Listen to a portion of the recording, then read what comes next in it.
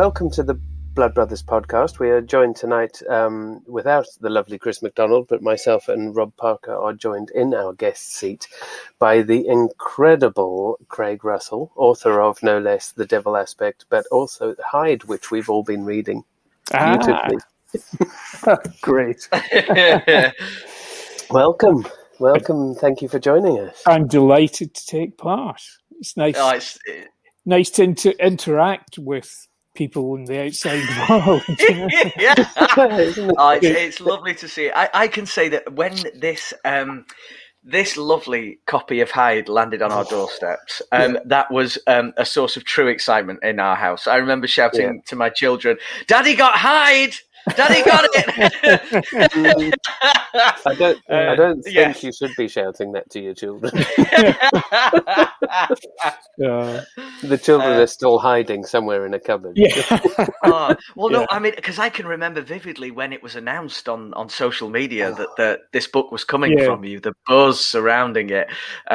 So exciting. Yeah, and I have to say the proof, the advanced copy in itself was a beautifully designed. This is what both Rob and I are holding up for those people who are just going to be listening to it. But that little slip, the half slip.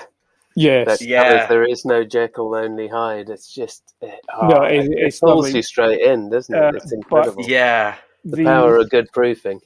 Yeah, the hardback. I've just got a couple of copies, but the hardback again is just just beautiful. That's stunning. That's the proof. That's the hardback. And these are the cufflinks. No, yes. See, now I love that. Yes. But one should always be a gentleman about one's titles. A little cufflink here and there. Yes. These are, obviously the Triskelion, the Celtic device is a motif in the book, and I thought I would get that done. So it's great to have these Celtic cufflinks made in Moscow. I had to send off to Russia to get. That's incredible. Yeah. Amazing. Welcome to the global economy. Are we still part of that? Yes. You know what? I kind of have lost track because we sort of sit here going, I don't know. I haven't left the house for weeks. We haven't been allowed. Yes. Yeah. Global schmobal. Yes. We sell the world over. We send the world over, and yet we're still sitting at home. Yes. For those who haven't seen the hype and who haven't read, can you give us a quick blurb of the forthcoming Hyde? Well, it's how would you describe it? I would say it's a gothic thriller, first and foremost. It has a crime element, obviously, to it, but being from that neck of the woods and reading Stevenson when I was a kid, and huge literary figure, so I love the concept of duality and Jekyll and Hyde and what he did with it.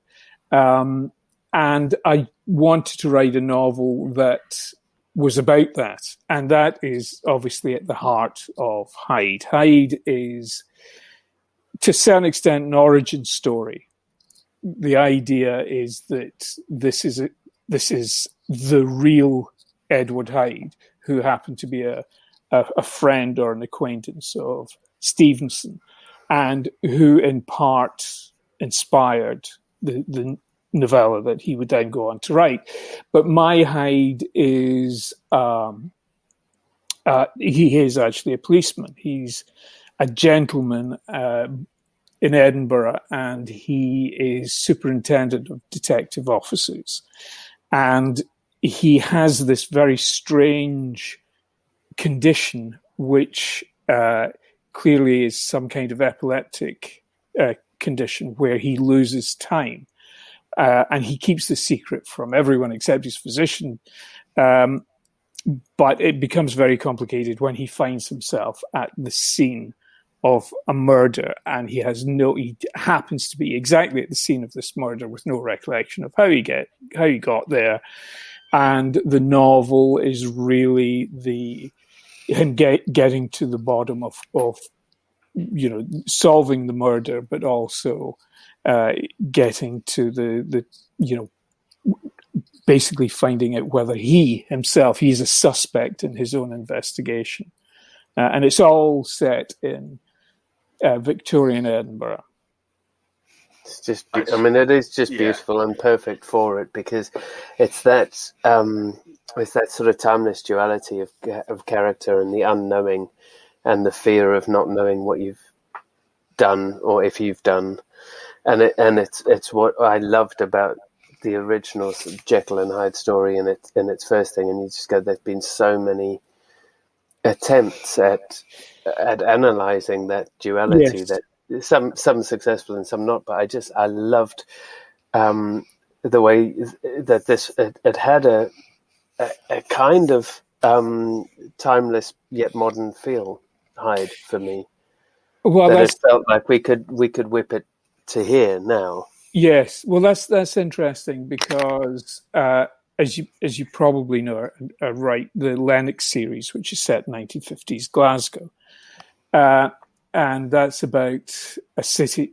It's basically set in a city that had lost its entire raison d'être because it was the second city of the empire, and there was no longer an empire, and Glasgow's woes began with that. So really, you're right that there is a contemporary connection to what I write. I write about the past, but it's a past that has a bearing on where we are.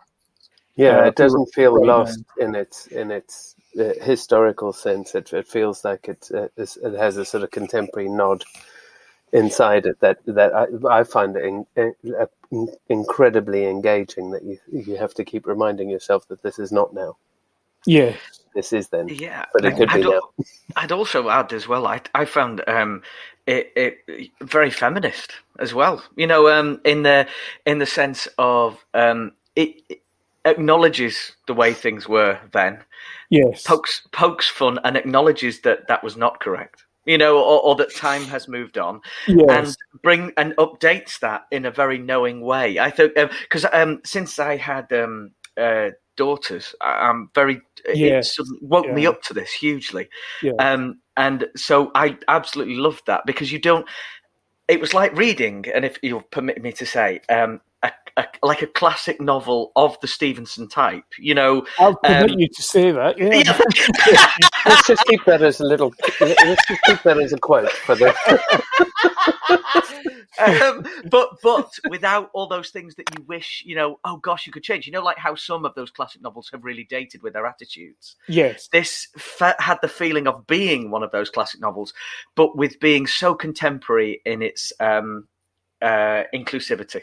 Yes. It was great for that. Yeah, I think it's it's a challenge that I face when I'm writing in periods, because there's nothing worse, because you lose the reader if all of a sudden they think, or they can see, well, this is we're looking at it through a contemporary lens. This character is like this character has traveled back from today to then, and I try to be as authentic as I can, while trying to expose some of the injustices of the time. I love classic noir. That's why I wrote the Lennox series. But one of the themes that I hope comes out in the Lennox series is in the 1950s.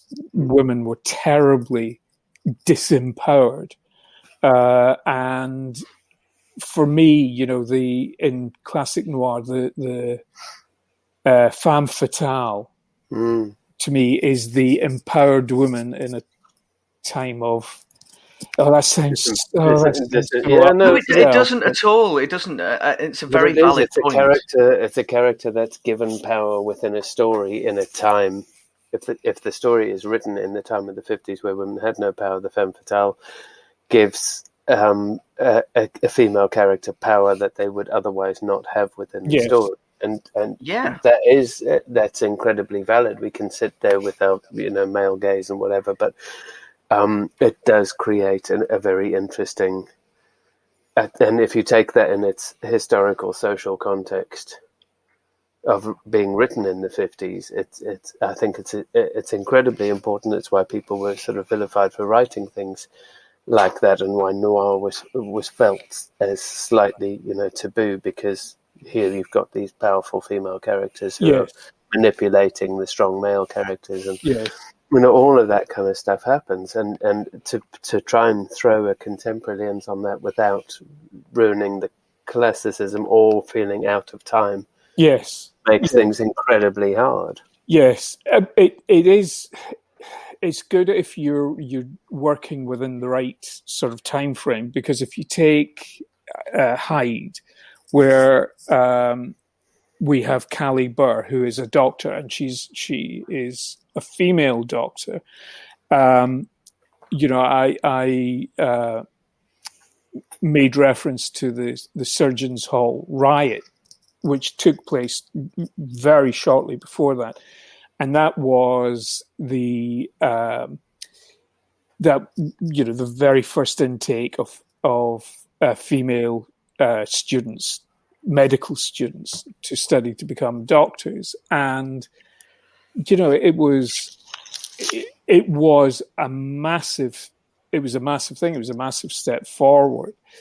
And you could say that Edinburgh was quite progressive for that happening. But by the same token, there was that riot where mud and horse dung and all kinds of stuff were thrown at them when they were going into the examination hall.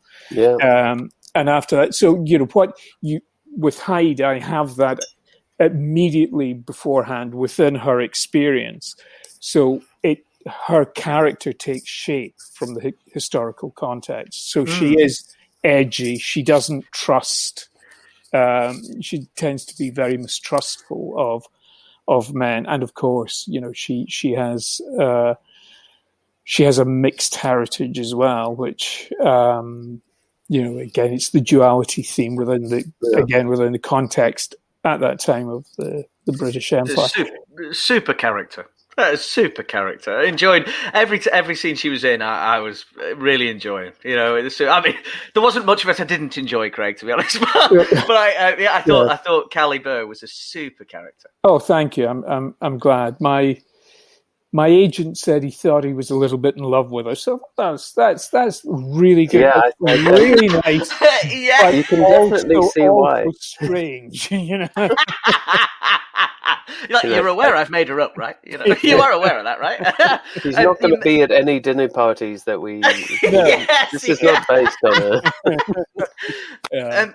You mentioned a moment ago there, Craig, historical context. I find period novels to be so enriching when I learn so much when I read them, and I learn so much reading this and bits of history. I mean, I know that sometimes I have to remind myself there's only so many hours in the day, and I can't possibly have a handle on every period of history and have come up with my own opinion on it. But I learned so much here, and to enjoy a story set while I was learning.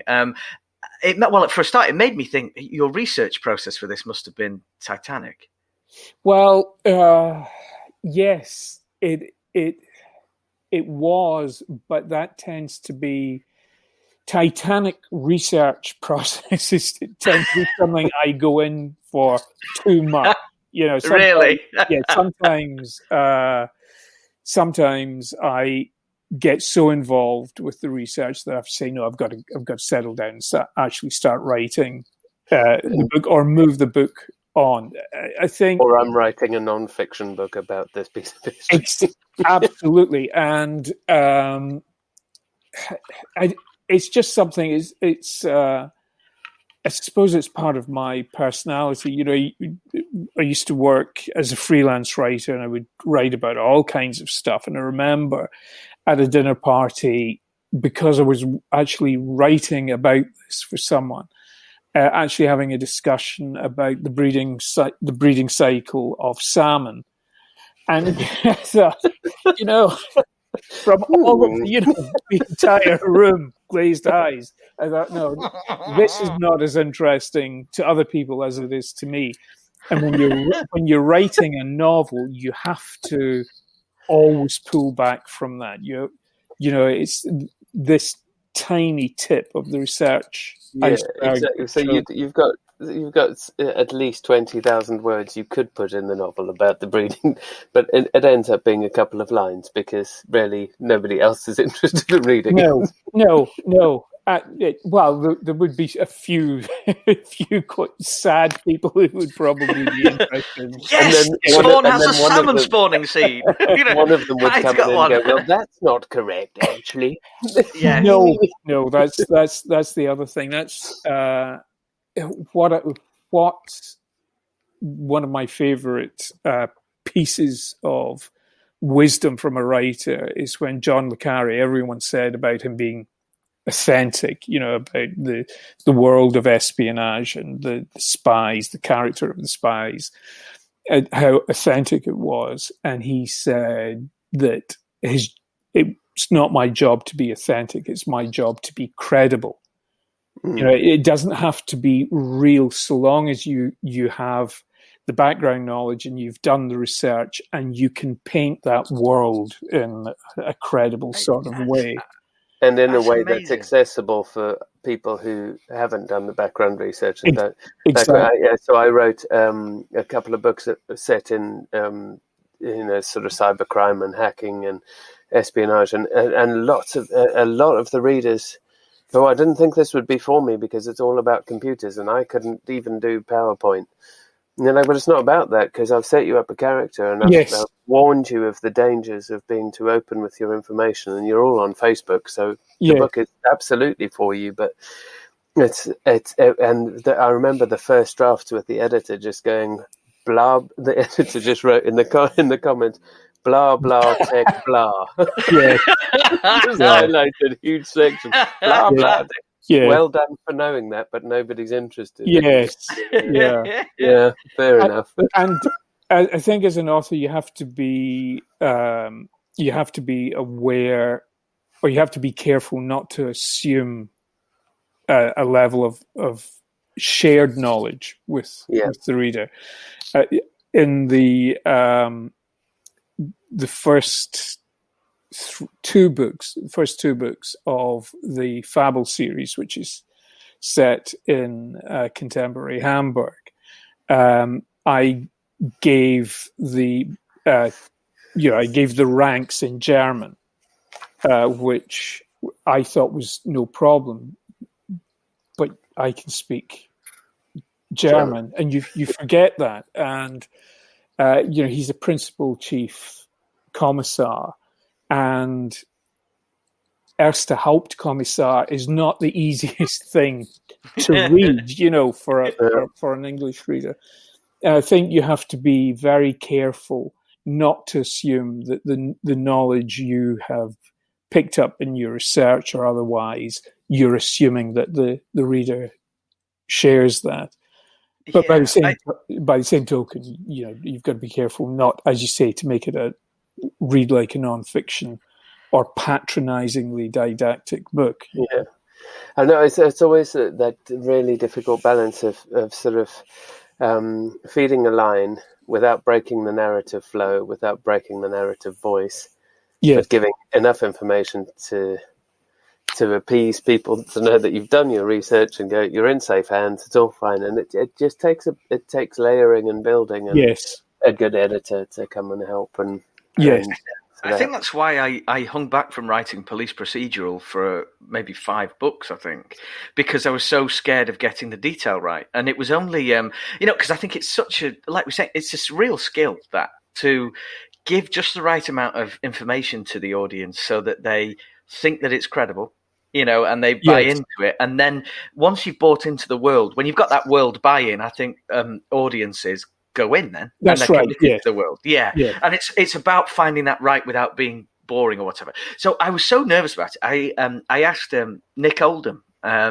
Nick, for those who don't know, Nick is a brilliant author who's Henry Christie series up here in Preston and Lancashire. Nick himself is done decades and a highly decorated off with the Lancashire Police Force. And I asked him, what do you do? And he said, I barely give him anything, People don't want to read about that. I don't want to read about that, Yes. And that was his life, his work, Yes. So he said just a tiny bit, just to let them know that that it's there and that it sounds about all right. And then once you're into the world, that's it. Yes, because I think when people become immersed in the world, they stop. What you don't want is for them just to see police officers all around them. They want to see personalities. They want to see characters and histories and that kind of thing. And as you say, you have to enter it. They have to personally invest in the world, and you have to make sure that barrier isn't there. Yeah, I asked another police officer about this, Roger Price, who's another brilliant author up here, and he said straight away, if I was to try and make it as realistic as possible, no one wants to read about that amount of paperwork.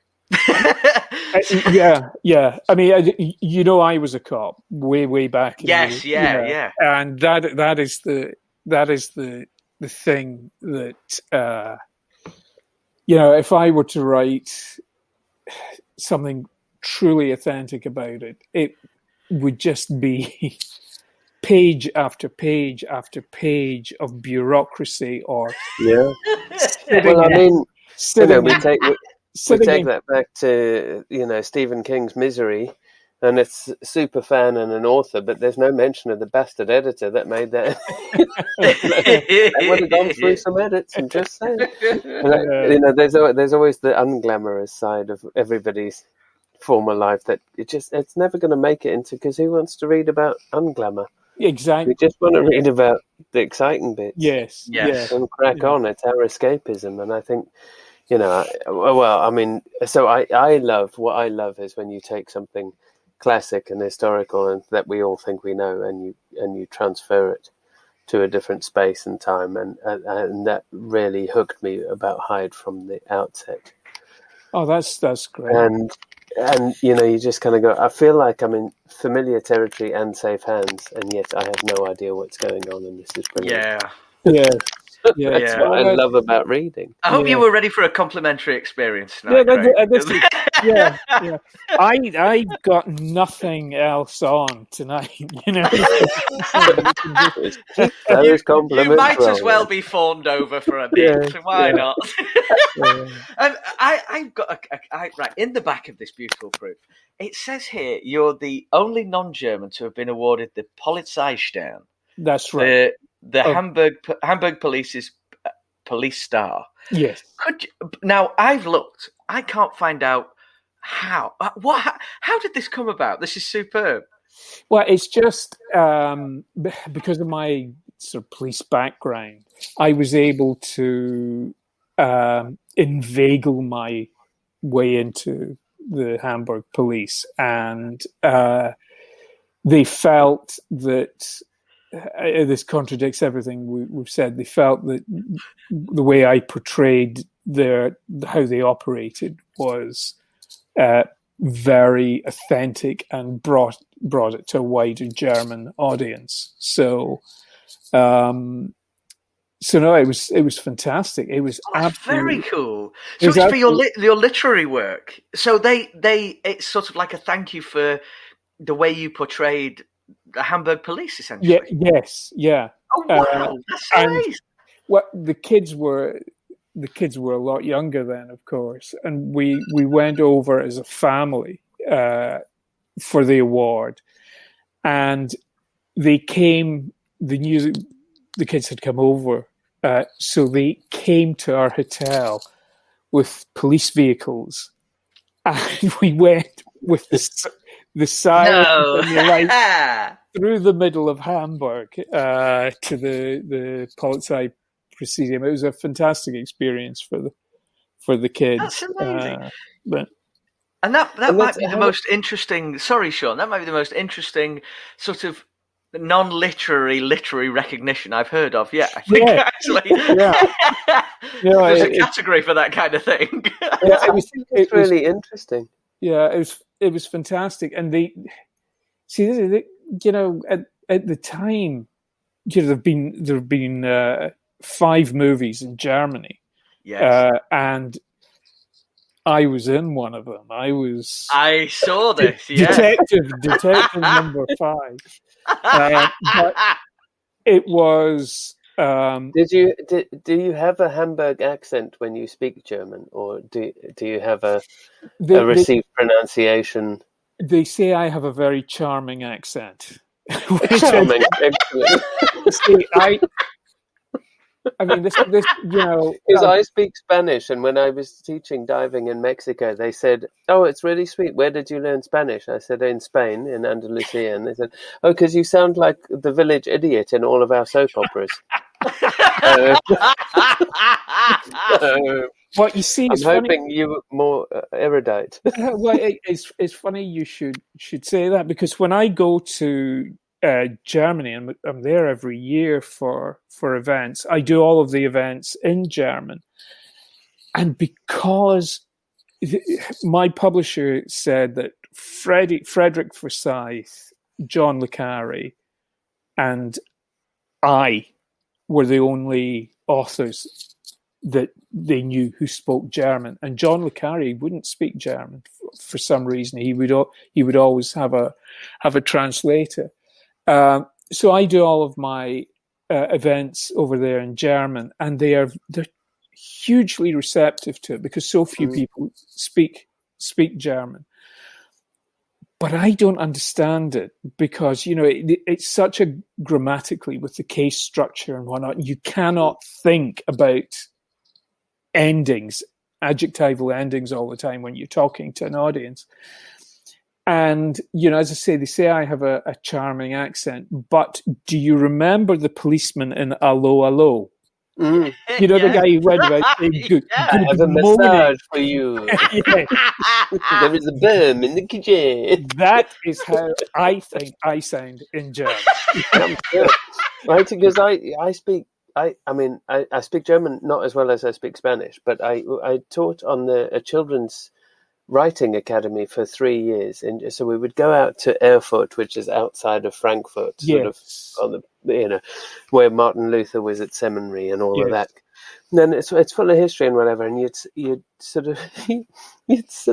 do your lectures in German, and you'd be talking to all of these, and they're writers as well, so they have that playfulness with language and that ability to make up words made of 16 other words that are unique to just that sentence that they're going to do.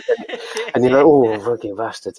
And it's really, really difficult because you say something, and I'm from South Africa as well, through Wales, through London, through wherever. Yes. So my accent is fucked in English, regardless of what other language I'm speaking. And then I would say something like, I'll have a Gewürztraminer, or whatever you'd be, and everybody would look blankly and then repeat to you in what to my ear sounded exactly the same word. Yes. In correction, and you'd be like, "Yeah, what did I say?" Yes. Yeah. Fuck you guys. Yeah. It's so hard. I've been to Denmark a lot, and Danish is mad. Danish is so similar in many ways to English, but they just don't pronounce. They drop consonants, and other Scandinavians joke about it. And they say they sound like they're speaking with a plum in their throat. Or yes. I mean, there's a great video, a Norwegian video about how the Danes actually just make it all up. They have no idea what they're saying to each other. But I had exactly the same experience where I was just trying to say, excuse me, and I was saying, excuse.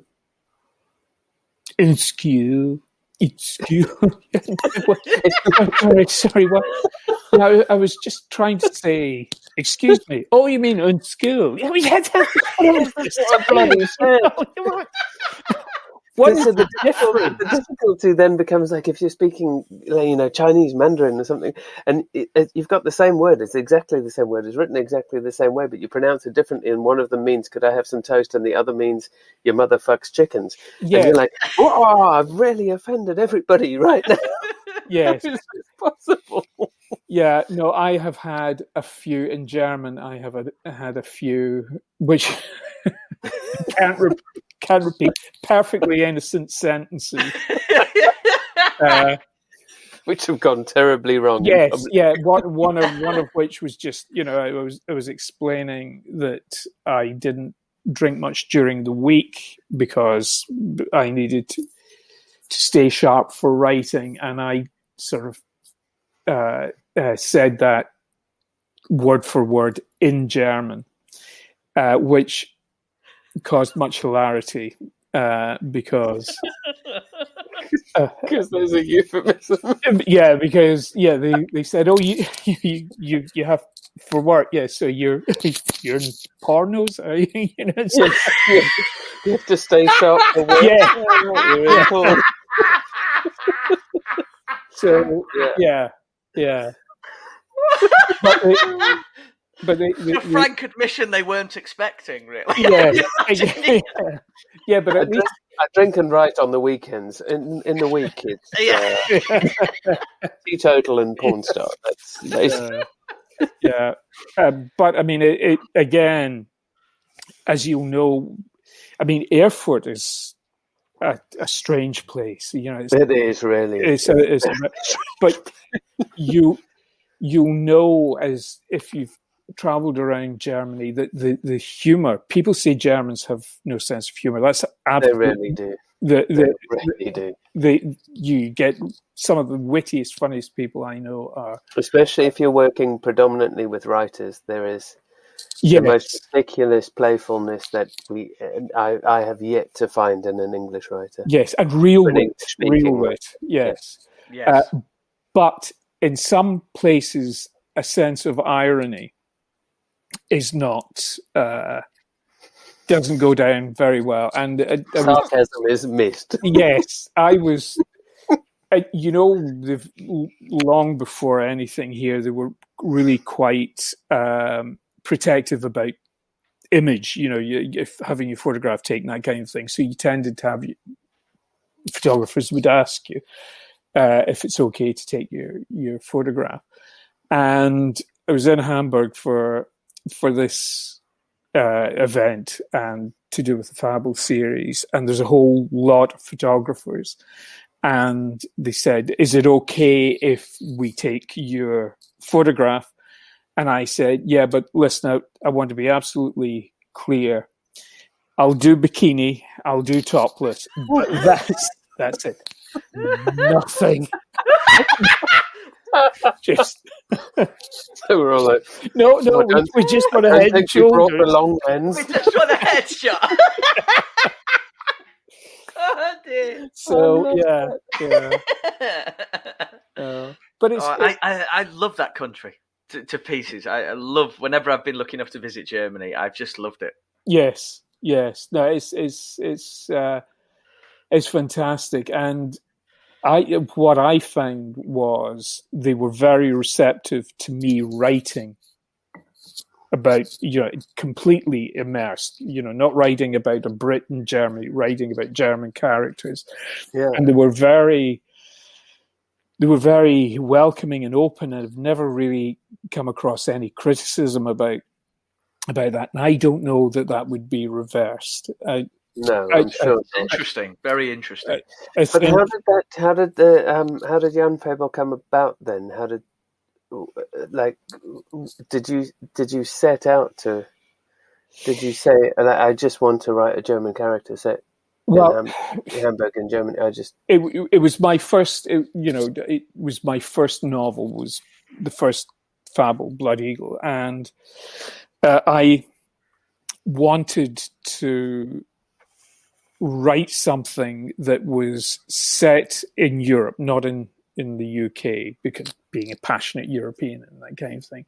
But what I wanted to do was to set it somewhere that a British reader, because I wasn't thinking about the German or other readerships at the time, where a British reader would feel at home because of the similarities, and then you could pull the rug from under their feet by reminding them there's a hugely different history here. And I thought that, it would, my idea was that it would give British people a closer sense of their connection with Europe. Did a good job, didn't I? I mean, I don't want to blame you single-handedly for because I do think Nigel Farage and Boris had a little. Something about a bus with lies on the side. I remember. One of my on that segue, one of my favourite bits of advertising ever from a big conglomerate was Burger King, when they said that here's another Whopper on the side of a bus. Very, very good. Yeah. Oh, well done, gentlemen. Yeah. So that came about just thinking where can I put characters that feel familiar but aren't familiar. Yeah, and this now I will not go on about this because I do get really boring about it. But we are really very closely connected to each other and to Europe. And I grew up on the east coast of Scotland. Now, people find this very strange when I say the dialect there and the accent there is very closely related to Plattdeutsch. Yeah, because it would be, because they came over. You're talking in Scotland, you've got a big east-west divide, but you have from the early Middle Ages, you have this Anglo-Saxon settlement, and Broad Scots for "come through the house" is "come ben the house." In Frisian, it's "come ben die house." So they're.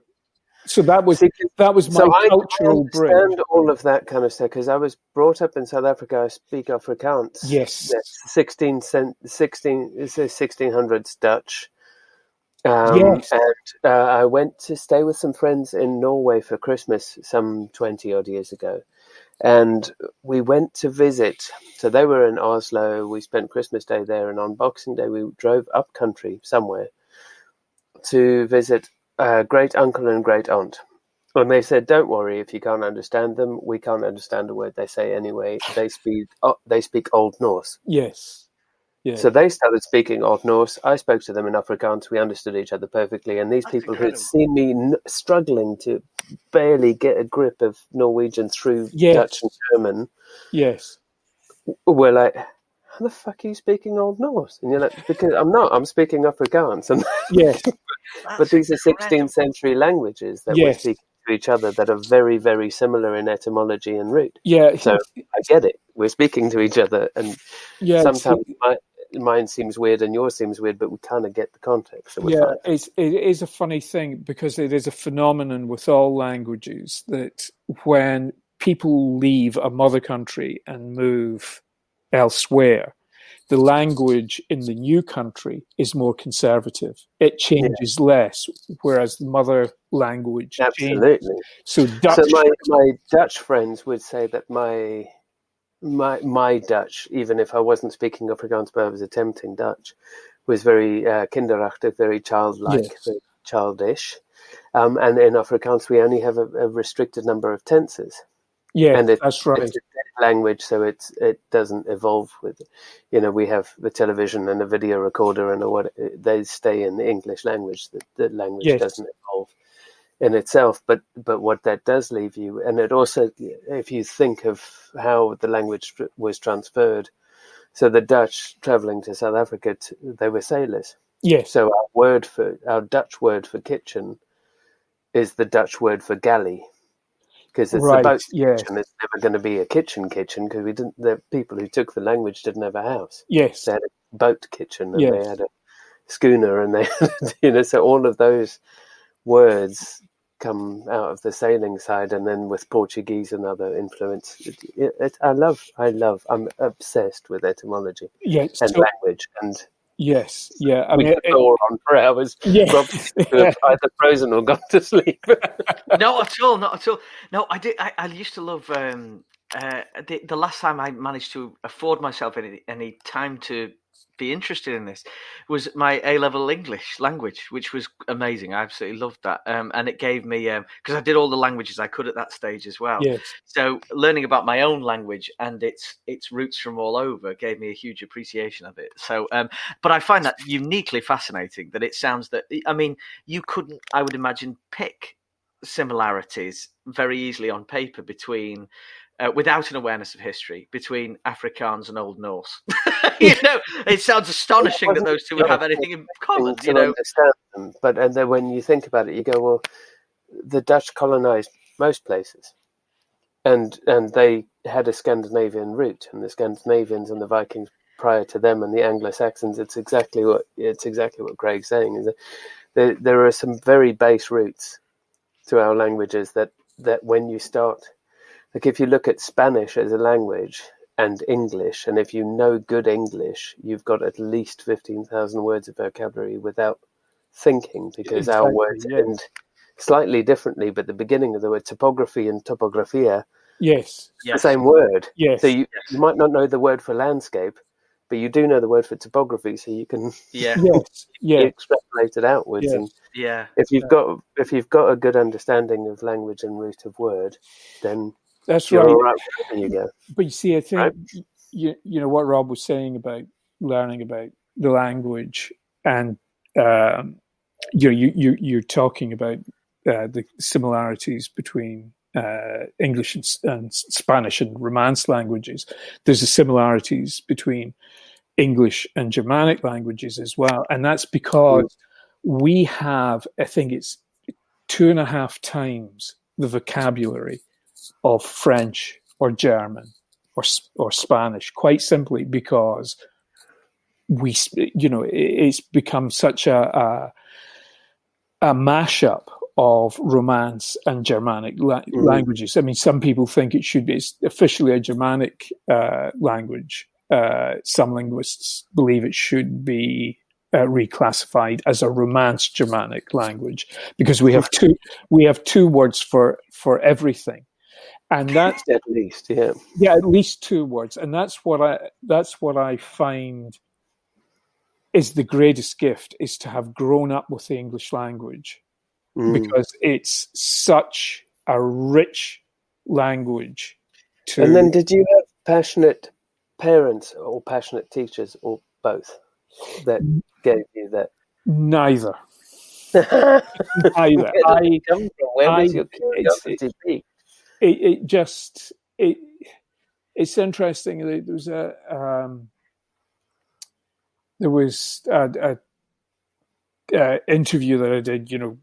It was sort of Q&A thing, and they asked what my first engagement with the word was, with written language, and it sounded bizarre, but I said that I remembered at primary school they had these letters of the alphabet around the classroom, and it was just this letter A in a sans serif typeface.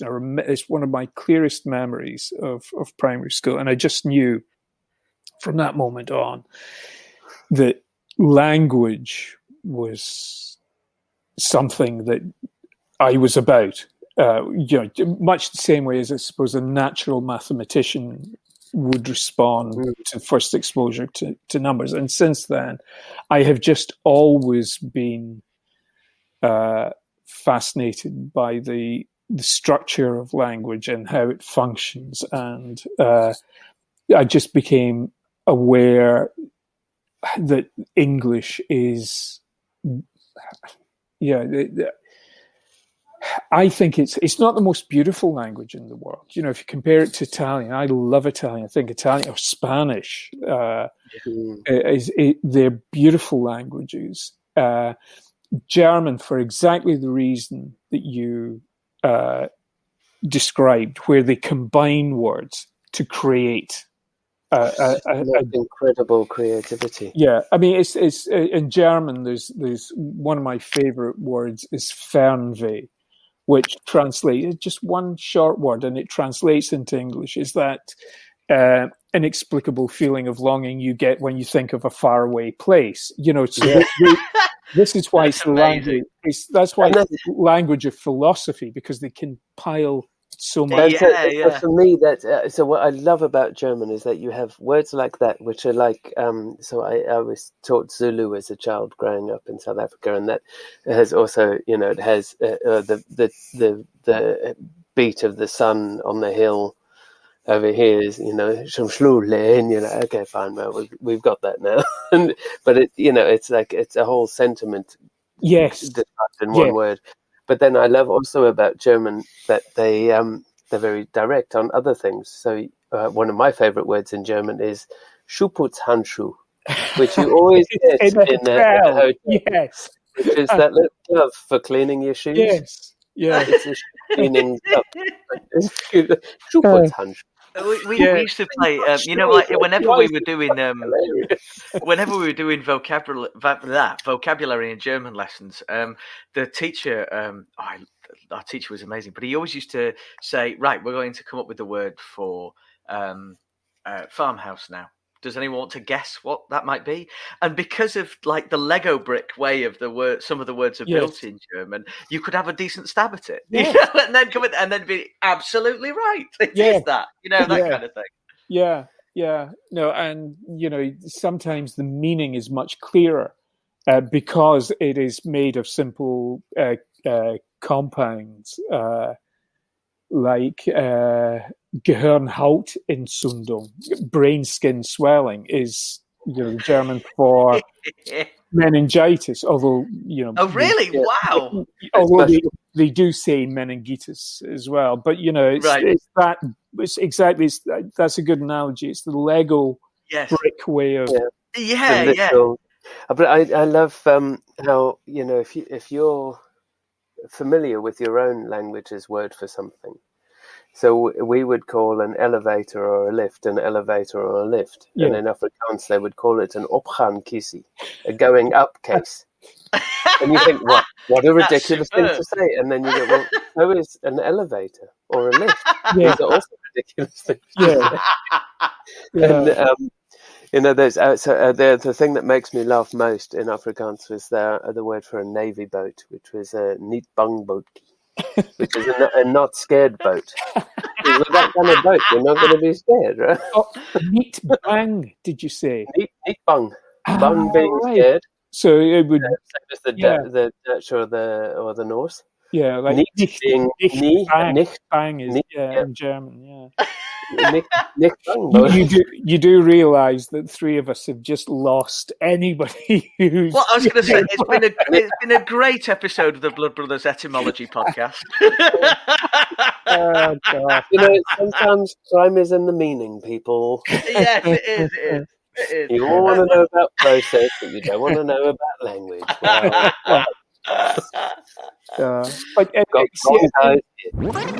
This is a tale of the supernatural. The Tapes, a podcast of the uncanny. Do you believe in ghosts? Join me, host Christopher Goldie, and guests as we discuss the best in unsettling television and film. Who is this? Who is coming? Find us on Facebook, Twitter, and Instagram. Search for @TheTapesPod. Part of the Pod Dojo Network. I think the whole love of language has to be there, for you to be a writer. I think it has to be I've been doing this for so long, and before I wrote novels, I worked as a freelance writer, and just every morning getting up thinking, I'm working with words. I'm sure you guys feel the same. It really is fantastic. And I can't speak for Sean, but I know for myself I've got stories that echo that entirely about that feeling of being at a very formative age and knowing, Oh my word, stories is what I'm about. This is what I'm.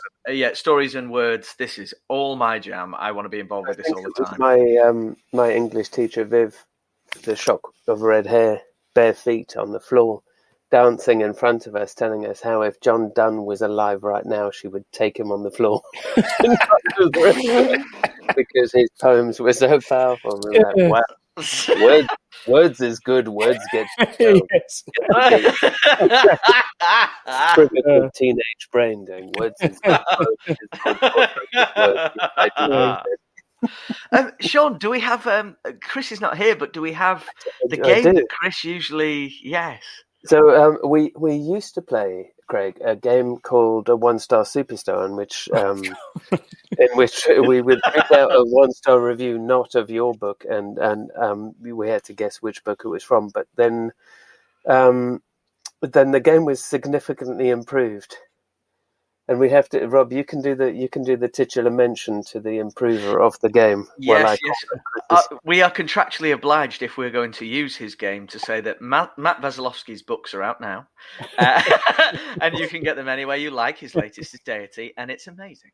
Back to you. So Matt introduced us to a version. He said, "I like your game, but I'm going to one-up it." And so he introduced us to a version in which we find a one-star superstar, a one-star review of your book.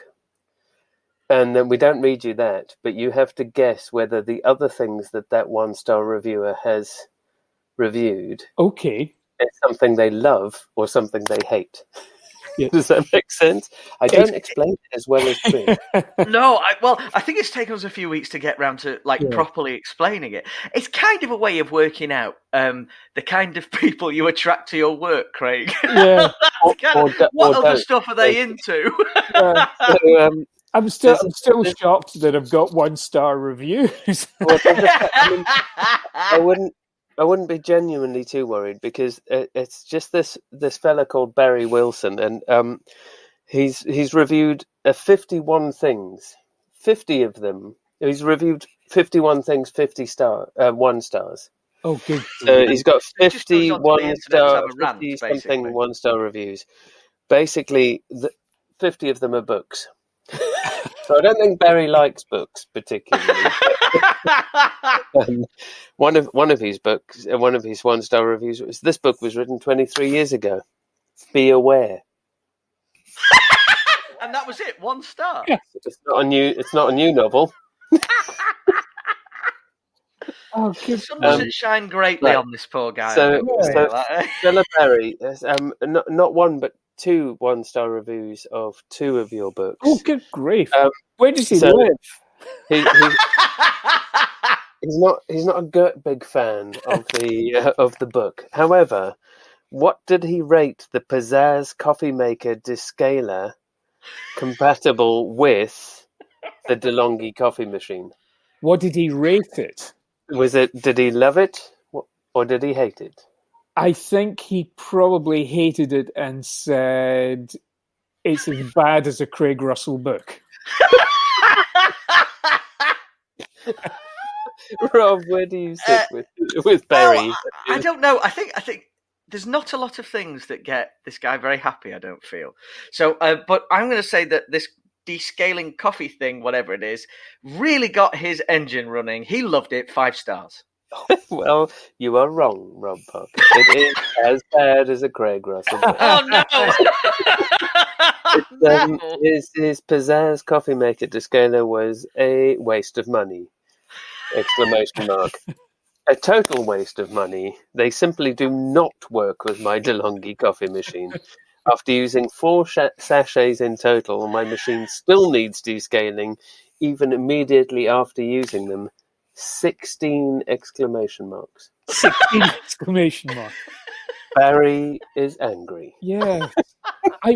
Oh, God bless you, sir. Yeah, I would say he doesn't get out enough, but who does, you know?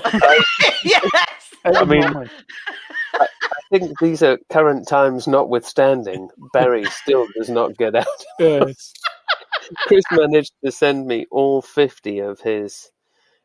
He had Tall Oaks, as we know. Chris Whittaker novel. The Chris Whittaker, a boring, unbelievable, and confusing. Then he had The Chalet, a confusing story that meanders too much. Don't ever forget, a totally confusing storyline. So confusion features quite a bit. Quite heavily, yes. The House of Dolls, a confusing and difficult book. Scrublands, a confusing story with a total lack of plot. Boring and confusing. Boring, Confusing's a unbelievable word, and isn't it? confusing. Isn't it Boring, crazy? unbelievable, amateur. Confusing and boring. Well, that one got too far. I mean, he is ordering the English language versions of the book. Maybe that's his problem. Maybe he should go for some of the wittier translations. So basically, guys, what we need to do is we just need to make sure we write as simple as we possibly can. Don't do anything remotely confusing or ambitious to get on this guy's good graces. Don't do it. Don't do it. Don't mention the DeLonghi descaler. Do not mention the DeLonghi descaler. Oh my! Yeah. Is it time to ask? Sorry. No, I'm going to take a note to include that in my next novel, which is a bit of a problem because it's set in 1920s Hollywood. But I'm gonna lever it in some way. Well, firstly, I was going to ask something else. But... So at least, yes.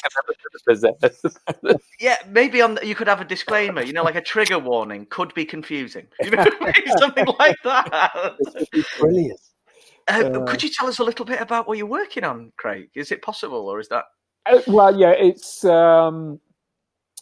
still in development, obviously, but it's set in silent era Hollywood. Wow, that's my other love. Is as you can see, because I have so many questions about that. This is the only room that I can get solid Wi-Fi in. Yeah, I love film. I love cinema, and I wanted to set something in silent era Hollywood. So it's about a German expressionist. See, I don't sell this very well. A German expressionist director being brought over by a Hollywood studio to make the greatest horror movie of all time. And amazing. It turns out to be a cursed production. People start dying and that kind of stuff. Amazing. So no, it is. No, it's not. No. Yes, it is. It is amazing. It is amazing. But it's confusing. It's very confusing. It's very confusing, Bill. Whatever your name was, I can't remember his name. Yeah. No, it's amazing working on it. I just it sounds so good. Love digging down into the time and the place and that kind of thing. Oh, fabulous! We were going to ask what we were all reading. Well, this is absolutely shameless, me name dropping like this. I'm reading The Shining by Stephen King because he's reading Hyde at the moment. Oh, well, you're allowed to do that. Because so you're catching up on his early work. I'm rereading to get through before he gets to your most recent one. I mean, that's one of the better name drops we've had. Yeah, to be honest, Craig. Yeah, here comes another one. It's because Frank Darabont got in touch with me and said that he loved the devil aspect. He said, my friend Steve will like it. Not library Steve, as it turns out, Rob. Good. So I think Steve would love this. Oh yeah, sure, share a copy. I don't mind. So do we? You know that Steve, as in Stephen King, Steve King. Yeah. Because by you now we can call him Steve. So we're hijacking that. Steve baby. Yeah. Steve baby. He's reading Hyde at the moment. Yes. Wow. So that's good for me to drop that in. And if you never hear me mention it again, he's hated it. But Are you waiting that's for it. that I'm not moment where he expecting tweets, "If you like my work, you'll love this"? Yeah. Because that will also generate some number 1-star reviews for you, as it did for C.J. Tudor. This is nothing like Stephen King. Unbelievable. So no, that's what I'm reading. That's what I'm reading at the moment. That's a good one to be reading, though. Yes. It's just Yeah. spectacular. I think I hold my favorite Stephen King for me, probably because of when I read it and how many times I've read it, but it's still Pet Sematary. Yes. Oh, freaks me out. There's something about I've never been able to look at a scalpel the same way since. But What are you reading, Sean? well, I've just finished reading the latest draft of your book. Yeah. Which is coming out. Wait now, this month. It's 3 weeks on. Yeah, 3 weeks. Thursday. Yeah, 3 weeks on. Your Thursday. sneaky little horror. It's a bit creepy. Really? Well, it's one of those, Craig, where because I usually have questions I want to ask all sorts of the guests, all sorts of the same sort of thing, because I get really interested in genre and being, do you feel like you're attached to a genre? So I'll take the opportunity, if it's all right, to ask you: do you feel like is there any genre you'd like to write in? Well, that you haven't yet done. I've written speculative fiction. I've written science fiction. I've written classic noir. I feel my natural home is in these gothic thrillers, which it's because sort of classic horror would be my thing, I would say. Yeah. But that's why I find it interesting that you're writing a horror, because I think I hope its time is coming back, because I think I feel it is. I really. I mean, the other half of me is a publishing company. So aside from my writing, and when we're publishing Rob's Blackstoke, and it just feels like it's. I mean, it's not gothic horror, but it hits on those notes so nicely. Yes. That you can feel a kind of popular transcendence between thriller and horror, and those writers kind of testing their boats on that water a little bit, which is great. I think there are so many great writers out there at the moment who get put into a genre that they never asked for or never wanted. And I think that genre can be a blessing and a curse. It can mean that you can do fabulously well, but at the same time, it means you can get stuck at times. And I think sometimes, like we've had so many great writers on here, that when I've asked the question of genre, it's befuddled them and sometimes frustrated them to try to answer the question. Yes. Whereas I think that, yeah, it's tough, isn't it, Craig? I think what I'd like to be is just associated with good stories. And I've realised about myself that I like writing about mysteries. That's it. So mystery writer would go down great as me. And that means that I can write them wherever I want, whenever I want, whatever. But this was definitely an itch that came along that I had to scratch, I think. And the story presented itself. And I just, no matter how much I wanted to tame it back to what was what my books are usually about, I couldn't. Yes. Well, I wouldn't have sat with it. It is a classic horror. It's all is sweet, all is not, and that's that. No, you see, I think you're absolutely right. I think that I think there is too much focus on something, a product meeting a perceived market need. And I don't think genres have never been about that. If you think about Dracula, which is a classic horror, at the time it was considered to be invasion literature, because that was at that time in the British Empire, that was a concept, that you wrote about things that came in from the beasties and the monsters. And but they did the strangers in the midst, and usually from Eastern Europe, because that that was, Dracula's like Alien. It's the same. That just made me think, has anybody ever plotted a chart between our skepticism of Europe as a nation and the literature we were fed as children?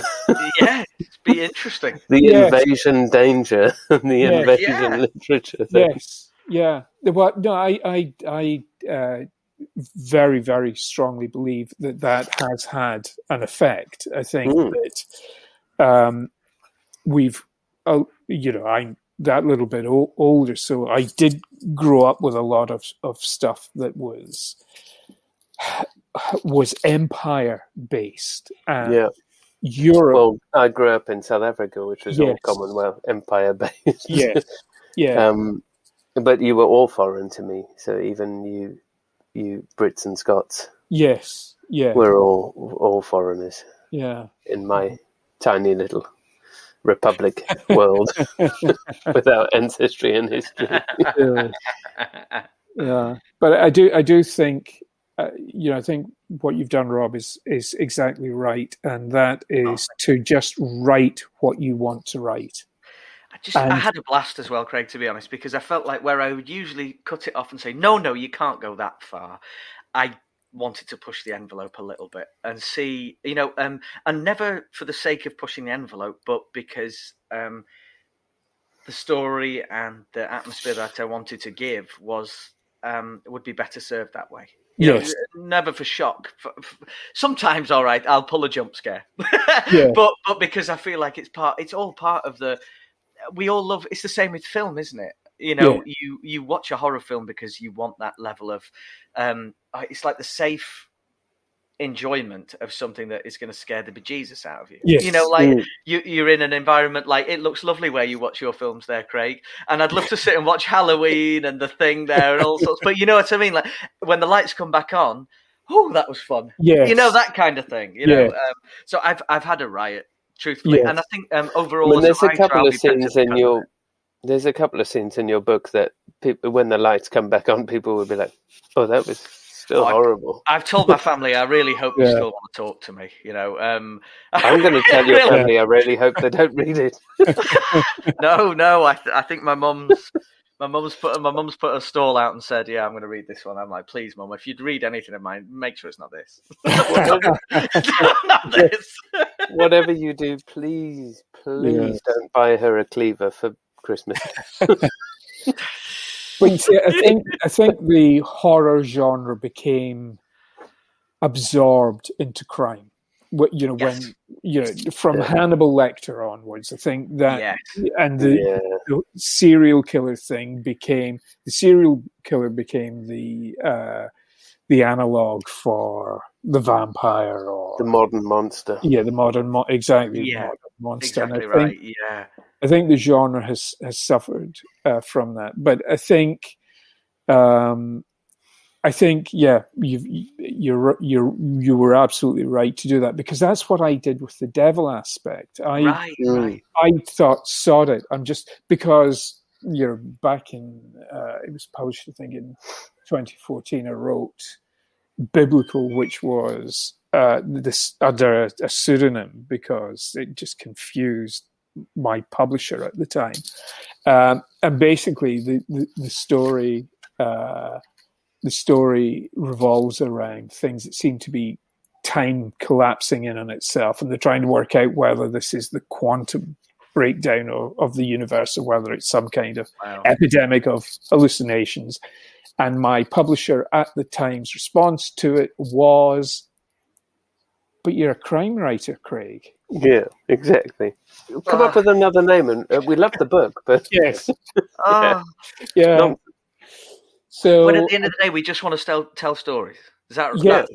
Yeah, I did the same because I did cybercrime and terrorism, and then I was like, and then I did these mysteries with a female, but they were like religious, questioning faith, and then I was like, but I want to write this really camp series set in the 80s with a cock on the front, so I just changed the name.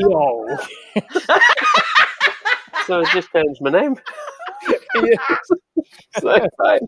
There's my cookbook. I think that's vitally important. I think we should write as wildly different things as we possibly can. Yeah. There's a lot of stories in all of us. Come on. We're not just set on it, well, what's going to sell next? Because I've never written a book that's going to sell. Yes. I've written a book that I love. Exactly. And whether they sell or not, who knows? One day it might hit the zeitgeist, one day it might not.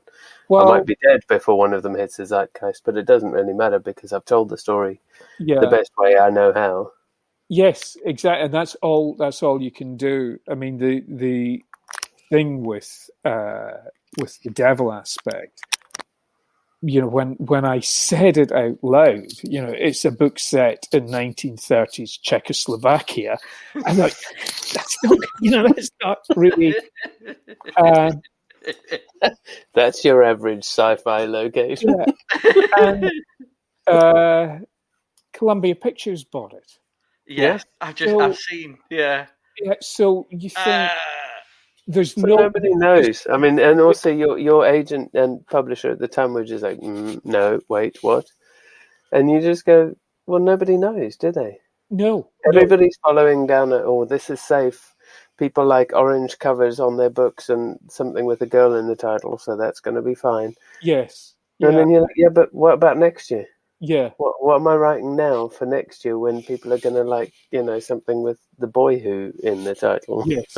Yes. Yeah. And I think it's for us, for writers as well, we should never sit and think, right, I'm going to try to write something that's going to make me money or it's going to be a success. Or I think it fits very well with everything that's out now because by the time you've written it and it's come out, all of those nows are a long time ago. What I've always said is that the publishing industry generally, and I'm talking about more the big five, you know, the sort of corporate-led ones, they're always looking for lightning to strike in the same place. Yeah.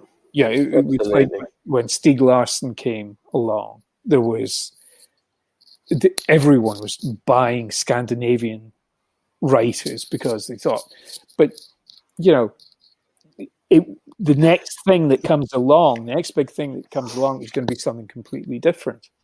Yep. And it could be you, couldn't it? You know, I'm looking more, you know, like because I get asked this a lot, like how did you come up on an idea that would sell books? And it was like, well, it was never coming across an idea that would sell books. No, it was just writing because I wanted to write about that, and I wanted to entertain myself first and foremost, and then hope that other people wanted to read it, and that was it. That was it. Like, so, and it's like, what's the expression? Every dog has its day, isn't it? You know, like right place, right time. There's so much luck associated with this industry in any event. I think that whose desk your manuscript lands upon. Well, it's not like that anymore. Whose inbox it lands in, or whatever. You know, that kind of thing. And that, you know, that's what makes these things. And that's the just get out there and write the best story. That's it's just. Whenever anyone asks me, that is what I say. Just write the best thing you possibly can for you. Yep. For you. Yes. Because at least you then have it. You have it there. You've done it's it. Your artifact. Yeah. You have created the thing. Yeah. Yeah. I spent years writing film and TV in which you sort of put together a series proposal or a Bible. Take you 6 months with a couple of writers and you'd put together something and you'd pitch it out to a whole bunch of people, and at the end of it you still wouldn't have a written piece that you could show to anyone. You couldn't show, you could be like, here's the character descriptions, here's the episode outlines, here's the but it's not a piece that anybody other than a TV executive could read. Yes. And then I started writing novels, and you're like, bugger me, I should have done this years ago, because you've got the IP and it's available to sell, and it's written complete. It's a manuscript. It's a complete story, the story you wanted to write. Yes. You don't have to wait for anybody else to empower you to do that. Write the manuscript, it exists. Yeah. Thereafter, if somebody wants to make it into TV or film, that's a happy day. Otherwise, you still have the manuscript. You still have, whether it gets published or not, you have the completed article. Yes. Yeah. And you've taken the same amount of time to do it. Yeah. So just do it. And, you know, you can say you have full ownership of it because it's your creation. I think I've toyed with the idea of writing screenplays, but I think it's such a different form. And it is so iterative, and there are so many different people involved in it that I would find that I don't know, but see, because I had it the other way around. The iterative process for me was always if it was a failure, it was always, once it's left the writer's hand, the producers didn't put enough money, the actors didn't interpret right, the director took their own bent on it. Everybody else can get blamed. But the first time a novel of mine came out, it was my words through the editors and publisher, of course, but my words hitting the reader full in the face. I was like, fuck me, this is actually this is one-to-one. Yes. This is one-to-one in a way that I'm not used to, because normally nobody rarely ever criticizes the writer on film and TV. It's everybody else, the actors and the producers and the directors get the hit. The writer can just be like, I didn't do that, fucking hell. Yes, yeah. No, the other thing, I mean, I'm sure you guys are the same. When you write a novel, you've been on your own with it for so long, and then you send it off, and before you send it off, you have a look at it and you think, this is brilliant, this is good, this is really good. No, it's not. It's crap. This is complete crap. No, this is the worst arse that I've ever written. And you have no objectivity over your own work when you finish, because and then you just think, this is insane. Why am I not an accountant? I'm really good at putting things in boxes. Why don't I work in the post office? It's funny, isn't it, that it doesn't matter how many successes you've had, and we've spoken to authors who are multiple bestsellers, and we've spoken to debuts, and everybody has the same feeling. The moment you move the words out of your inbox onto somebody else, that an editor, a publisher, an agent, whoever, you just sit there and go, what have I done? Why have I done that?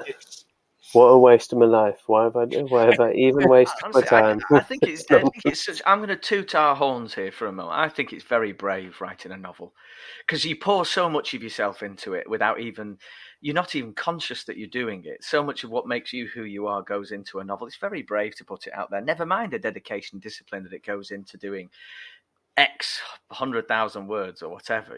I think we all, which is why whenever anyone comes up to me and said, I've got a novel, and I say, first thing I say is like, have you written it? Is it, you written it? And then when they say, yeah, I've written it, you're like, amazing, you've done it. Yes. Huge respect. Anyone who has that application and dedication deserves absolute respect in my eyes. Yes. Yeah, no, I agree with that 100%. I would never criticize anybody's work, quite simply because they did it, and it's doesn't matter if it didn't work. It's such a personal investment of time and thought and all kinds of emotion that, you have to say, well done, you've written a novel. Yes. I mean, that's why people that leave 1-star reviews and things like that, you think, what the hell is wrong with me? I love them. I think we all always say the 1-star reviews, you just go, oh my God, man, sort yourself out, or woman, sort yourself out with your life. And it's the 3 stars that are the most disappointing, when you're like, yeah, it's all right. Yeah. I'd rather, I'm a huge fan of 1-star reviews. I love them, absolutely.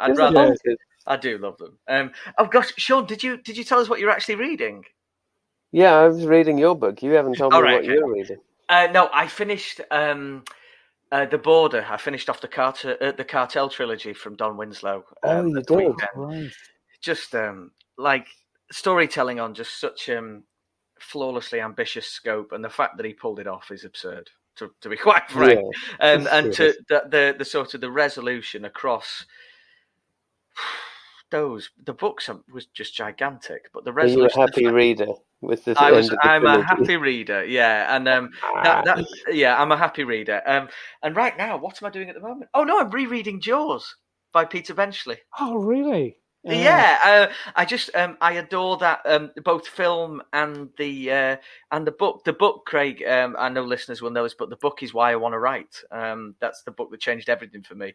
So Jaws by Benchley was incredible. At the weekend, my children have petitioned for weeks to watch Jaws the movie, and they're too young, Craig. They are. Well, they're 10, 5, and 3. And I thought, you guys can't watch this, no way. And then they watched The Meg with Jason Statham, about the megalodon shark, which is not, no. It's not nothing. But they loved it, and they didn't find any problem with it at all. So I thought, right, go on, let's try Jaws. And I told them, this is going to be really, really scary, guys. You just, don't worry if you have to snuggle into Daddy or anything like that. At the end, they were like, well, that was just 2 hours of old people talking. Kidding. No, seriously, they were like, is that what you were scared about? They thought it was oh dear, laughable. Yeah, laughable. To be honest, which partly that's me bigging it up. Maybe I literally I have this in my office because of how much I love it. it's definitely part of you bigging it up. But there's a point at which your 3-year-old son will one day realize why you often use the phrase "here's to swimming with bow-legged women," and it's not just because you love the film.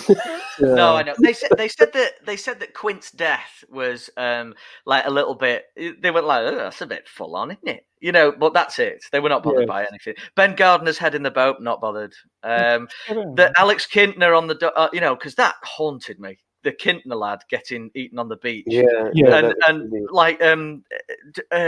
My eldest Ava said, did he go swimming with a cranberry smoothie? Because of the fountain of blood.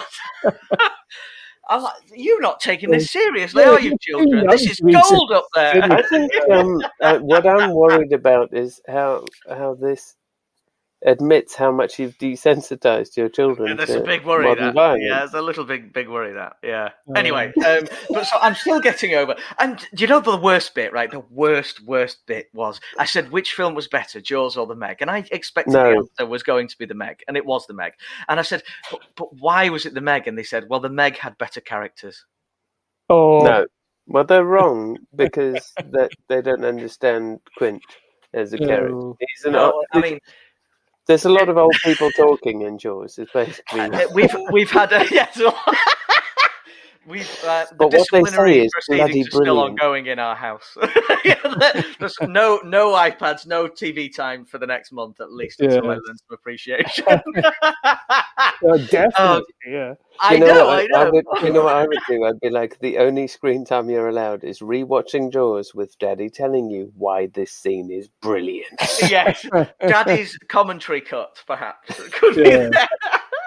I'm so sorry. I've waffled. I apologise. I'm so sorry we've taken up so much of your time, Craig. Not at all. No. It's been fun. It's been great fun. I really thank you so much for joining us. And I know you've been out since the 4th of February on Hyde. And no, it changed. Sure. Yeah, did it? I thought it came out. No, did I miss the? It's changed again. It's now been put back to the end of April. Oh Lord! I was hopefully locked out. When you've read something a little while ago, you're like, yeah, sure, that's been out. No, I would. Could I go one further as well and say that it's absolutely superb, this book. You should all go and get Hyde. Also, if you're going to get the hardback, get 2 copies because you're going to want to frame one of them at least. So read one, frame the other. because the cover is worth framing. Exactly. I think even though I've got this lovely proof, I think I'm going to have to own that myself as well. Yes. No, the hardback looks beautiful. Yes, buy 3, in fact. Why ever not? Why ever not? Hey? Why wouldn't you? And if Stephen King has a couple of words to say, make sure they get on there as well by the time we buy the third one. Well, I'm hoping he's a quick reader. Look, if he writes a book in 3 months, he can read one in 3 hours. Come on, let's put the man. Come on, Stevie, baby, let's have you. Thanks for everything, Craig. It's been great to meet you. You're very welcome. It's been great fun, and thanks for having me. Lovely to meet you. Thank you for coming on, and we'll see you one day. When we can all come to a festival. Yes, indeed. At some point in the future. At some point in our future. Yes. Well, thank you so much, and best of luck with it, because Jesus, it's good. Oh, thank you very much. Yeah, it's a fabulous book. Yeah. Thanks, Rob. Thanks, Sean. Thanks for everything. Bye. Bye, Craig. Bye.